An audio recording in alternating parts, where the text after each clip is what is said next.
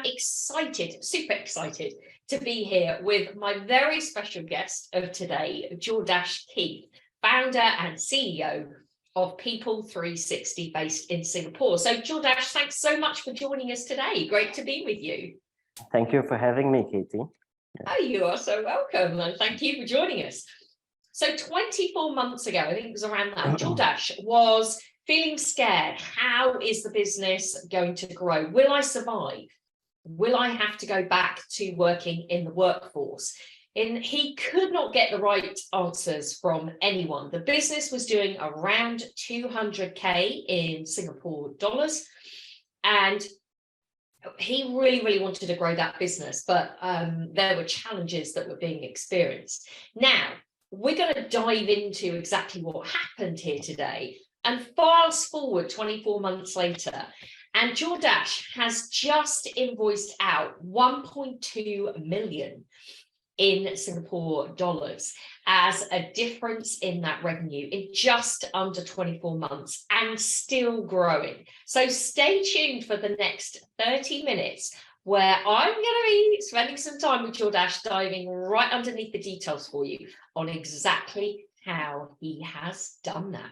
So Jordache, welcome. Hey. What I'd like to do, let's start with, would you mind giving people a little bit of context about the business and what it is that you do? Sure. So I started People 360 about 2014.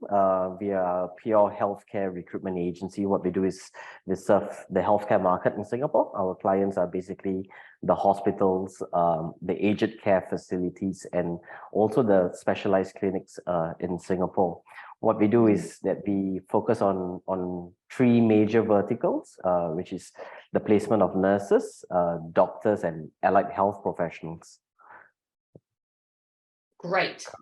And so let's go back, if you don't mind, let's go back to 2020, because I recall you and I actually had a couple of conversations, I think pre-COVID and then sort of during COVID, didn't we? What was happening for you in the business at that point? Correct. So 2020 was a interesting time for all of us. I think if we were business owners, it was the start of COVID. Prior to enrolling into the Rockit program, what happened was that I had three offices, one in Singapore, another office in Malaysia, and a newly opened office in 2019 in India. COVID came and basically all revenue stopped because a big part of our business was importing a lot of Southeast Asian talent into Singapore, and borders were shut, right? So nobody could travel. We had about 13 or 14 men in total among the three offices, and for 2 to 3 months, sales were barren. Nothing was working. Clients were not picking up our calls.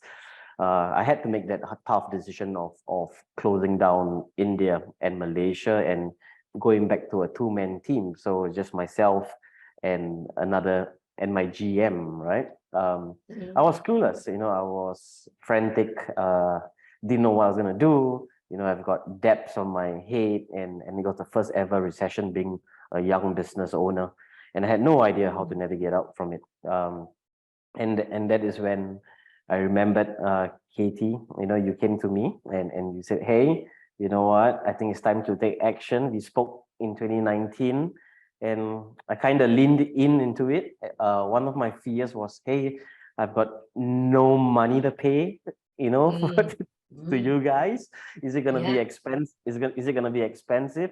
I am not taking a salary at this point of time. And again, I think the reassurance and looking at the testimonials from the group gave me that confidence. And one of the hurdles that I personally had to overcome was that mindset of, hey, these guys are in UK, I'm in Singapore. Do they know what's happening in the Singapore market, right? But truth to be told, recruitment is recruitment everywhere. It's an interesting one, isn't it? We can sometimes, like you're saying, it's that monkey in your mind, isn't it, that likes to play games with you about, but that might not be the same for me. And that's when we're in that fear zone, isn't it? When we have those worries, of course, those sorts of things come up for us. And okay, so yeah, so exactly as you're saying, those things were playing out for you, and I would agree with you. It's a classic, isn't it? And I think Nikki and I could resonate with this. It's like you never really have the money just sitting there to invest in your growth or training or support, do you? It's just not something you just have this pot in your business. It's more about, actually, is the time right for me to make these changes? What was it for you at that point then? Because I think a lot of people can resonate with not necessarily having the cash readily available. What was it for you that made you make that final decision to get some support? Prior to reaching out to you guys, right? So what I did was to speak to industry leaders within the space. I had coffee with them, I had lunches with them, and what I realized was I was seeking affirmation from people and trying to get the right answers, but nobody wanted to give me the right answer, right? Because again, I think what they view me as, hey, why must I enable a competition when I can kill them out? Right? And it's trade secret, right? To them, like, hey, I've built this infrastructure. I'm not going to let anyone know about it. So ultimately, what pushed me to make a decision was that I needed mentorship. I needed to know how to run a recruitment business right. I wasn't from the recruitment industry. I came in and did this all from learning and burning.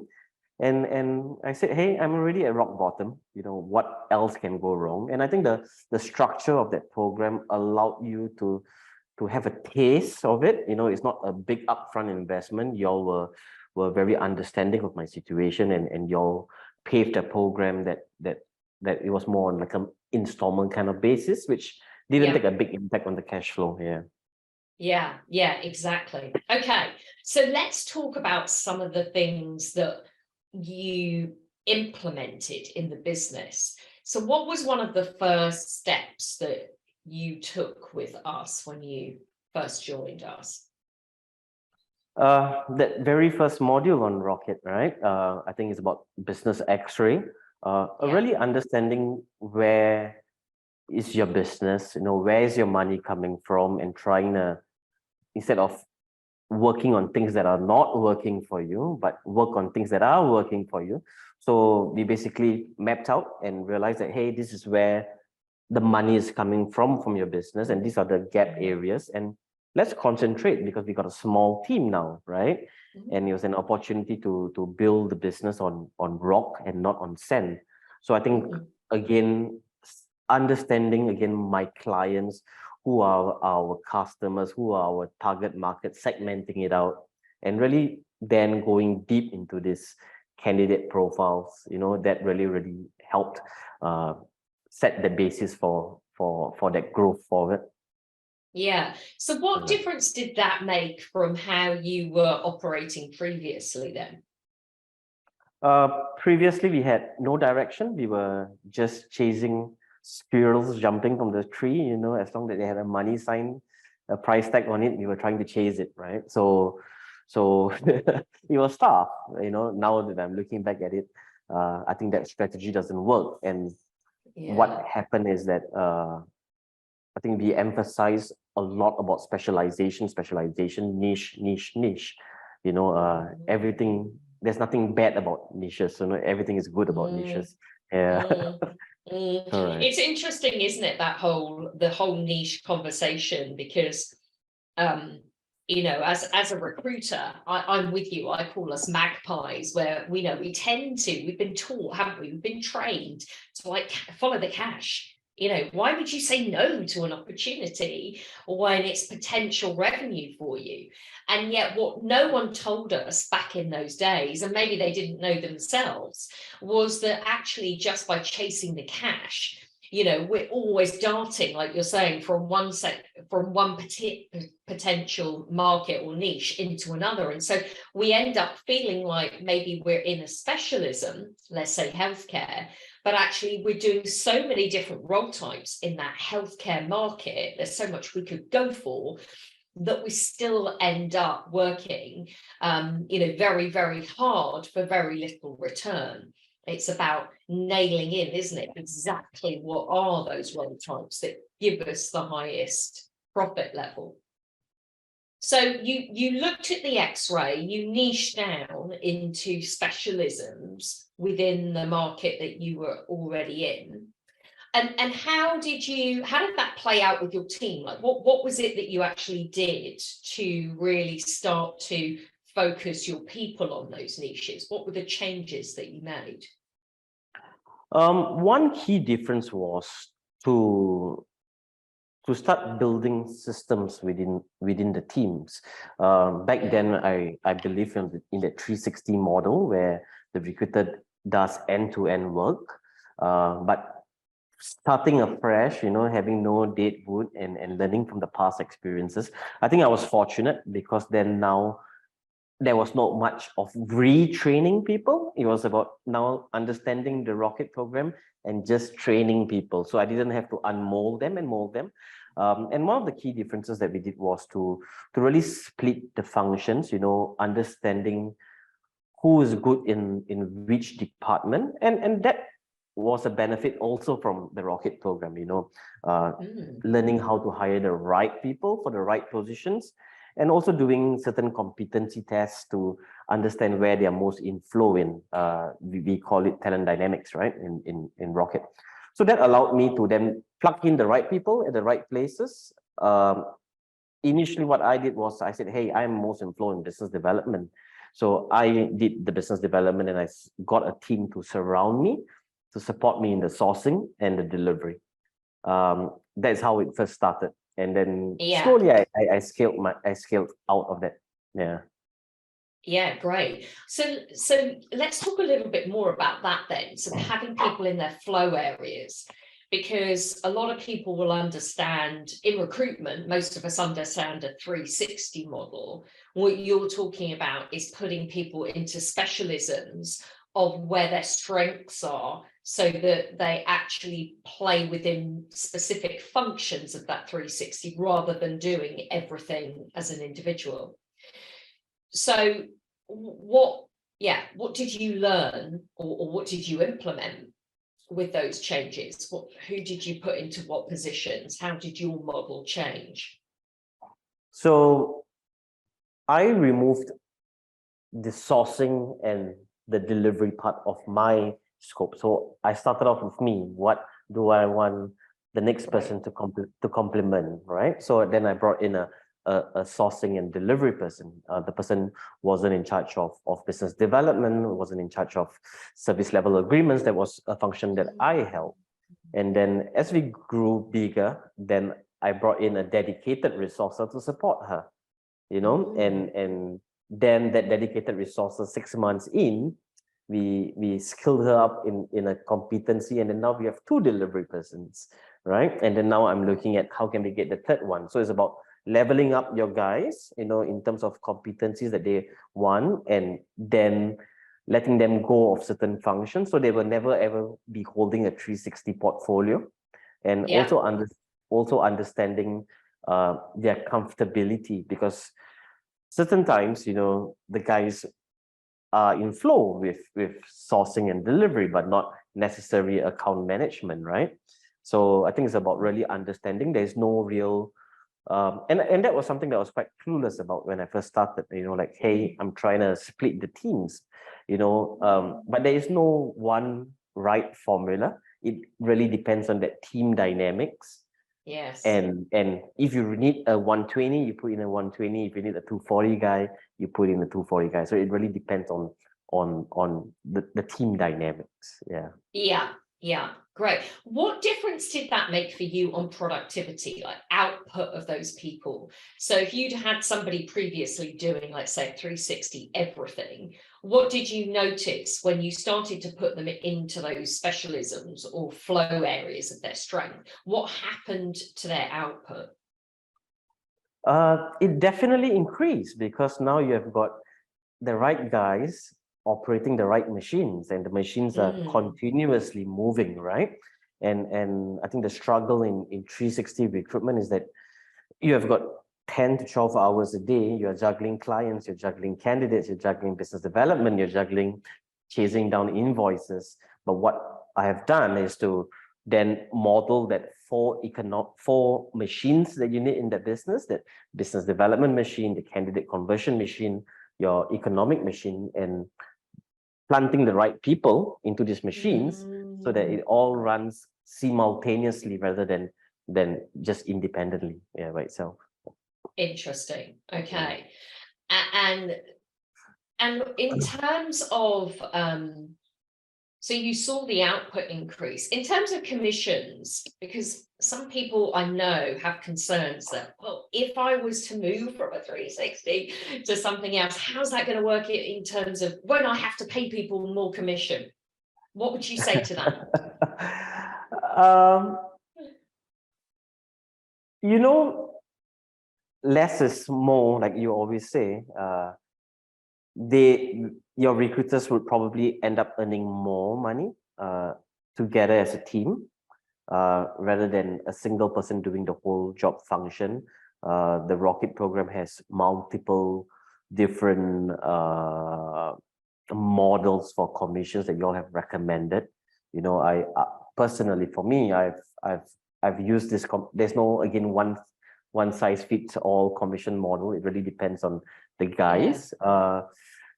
But I think for the past 2 years, 24 months, the retention rates are good. You know, nobody's coming to me and saying, "Hey, boss, you know what? We are underpaid," and you know, there's another agency who's paying us better, because I think they realize that going to another agency, they've got to do the whole work by themselves. Right. And here they're just part of a bigger system. Yeah, that's more successful. Yeah. Wonderful. Thank you. Okay, so we've talked about the model. You restructured the model. We've talked about the niche. What were some of the other changes that you made? What did you notice in terms of average fees, for example, when you niche? Did that make it? What difference did that make for you? Massive. Previously, before joining the Rockit program, if I do not remember wrongly, my average fee was about $3,000 or $4,000 per check, and now it's about $8,000 to $10,000 per check. So we have doubled our average fees.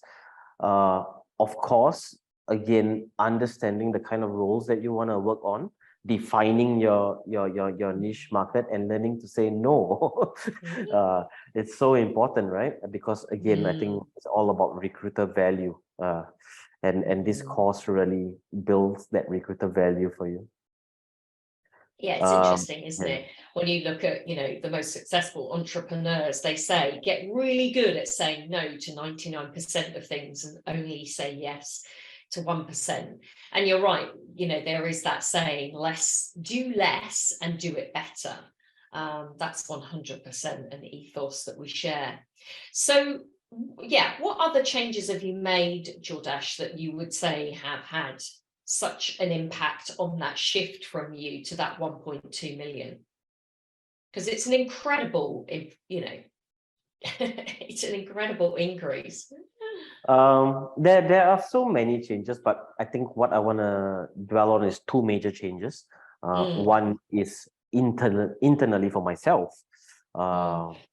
The whole mindset shift of, hey, you can do it. You know, you've got better clarity now. You have got a great bunch of coaches. You've got a great bunch of community behind you that you can work with, you can speak with. They do not see you as competitors. You know, being in a position as a director is very lonely. You don't have anyone to challenge your ideas. You don't have anyone to tell you, hey, you're right or you're wrong. I think the Rockit program provides that platform for you to reason out your thoughts, you know, reason out your business plans. I think that is brilliant. Second thing is, again, the whole Rockit program has and the whole community, right? They put you into that winning mindset, and you know that no challenge is too tough, because there's a whole group of people who were like you, and there's a whole group of people who are better than you, and you aspire. So I think it's that whole mindset shift. Personally, for me, I think that plays a very valuable part. Second thing that I did, which was a real game changer, was the lead generation aspect of it. How do we continuously drive client leads? How do we continuously drive more of these candidates that we want to speak to? And we created a system, right, through your help, to always have a flow of clients and candidates for the recruitment team and for me, or for the business development team, to continuously convert. So we know that there is improvement. There's still much more improvement to be made, but we are never ever scared that, hey, there's no candidates in the market or there's no clients in the market, because the lead generation team is working. Yeah. Right. So tell us a bit about that. What did you learn? What exactly is that process? Yeah, what did you learn? We learn about, okay, so we all understand the work needed to put in to get a client or get a candidate. But I think the major thing is, how can we systemize it? How can we make it constant? And how can this run independently without you managing the process? Right? And correct. And so what we did was to hire a virtual assistant, right? And the virtual assistant runs these programs. They run on specific scripts that we build to reach out to candidates and to clients. And technically speaking, candidates do not know about it, or clients do not know about it. It's still the Jordache avatar. And that generates constant leads for my recruitment team to convert. And also for now, in terms of business development, for us to have constant contact with clients. So two parts. One is engaging a VA. Another one is that special messaging sequence, special sauce, and special sauce from your own. So, and with your numbers then, because you've seen that increase, have you got any, do you know any of those specifics in terms of how much that's increased that attraction machine for you? So that flow of leads or candidates that's coming in, like comparison to where it was before you put that system into place. What's the flow on a weekly basis right now? So on a weekly basis, we get anything from 8 to 10 candidates, who are passive job seekers coming in to have conversations with us. Yeah. And they're the right type of candidate. Is that what you're saying? So those are correct. They are the right kind of candidates. They are spot on the candidates that we want to speak to. However, they are passive, and I think that is when the recruitment team comes in to influence, negotiate, and to, ultimately systems and processes can help you run it, but you can never outsource the negotiation skill, the influencing skills of a recruiter. Yeah, great. And so those leads come in, and then they convert them into those exclusive candidates, because if they're passive, you've got them exclusively, haven't you? That's also the benefit of that, rather than those ones that are on the job boards, maybe that every single person is already talking to, and they've been saturated with opportunities, or maybe they're not, your VIP candidates. Amazing. So what advice would you give to somebody who, maybe they're feeling like you were, they're feeling a bit clueless, or they're feeling, like, how am I going to get the answers that I need? So maybe they want to grow their business, but maybe they've got some fears. Maybe they're thinking at the moment, well, I haven't got that cash readily available. What advice would you give to somebody in that situation? Speak to Katie. Yeah, I mean, the Rockit program is amazing. I wouldn't be where I am for the program, and of course taking action, because ultimately you can give us all the teachings. We got to press that button on our end. Again, you can have the best books, but if you're not going to apply it, nothing's going to change for you. So coming to, if you're in that dilemma of should I or should I not, I think we should just lean in, speak to Katie, or Nikki, or anyone from her team let them diagnose where you are at, and I think they are a bunch of honest guys. If they can help you, they will. If they can't help you, they will tell you that no, you're not the right one for me too, right? And it's all about just taking action. The registration process is easy. The community is great, and I wish I knew about this so much earlier. From 2014 to 2020, I was a headless chicken running around, and I'm sure I would have gotten much better results much quicker if I was on this program much earlier. Yeah. And there's nothing worse than sitting, like you say, in no man's land when you can get that support and that help. Brilliant. Any final passing words you want to share with people? Take massive action, right? Take massive action. Yeah. All right. The recipe for success. JFDI, as we like to say. Yeah. Brilliant. Well, Jordache, thank you so much for joining me today. I really appreciate your time. And if you are listening, if you have enjoyed this conversation as much as I have, I really hope you've walked away believing you can do the same. And ask yourself, what was one thing that I've taken from this conversation that I could implement into my business today? And if you want shifts in your business with less time and energy, simple systems and tactics that will grow your business and create more abundance with less stress and work, then please, like Jordache says, reach out to us. We are here. You can have a conversation with us, and we, at the very least, will give you a map of what you can do to take your business to the next stage. And then, like you're saying, it's up to you if you want to take that massive action. So, Jordache, thank you so much for being a guest on the Hero series. And everyone watching, I will see you again very soon for another episode. Thank you very much, Jordache. Thank you, Katie. The pleasure is all mine. Thank you. Bye-bye.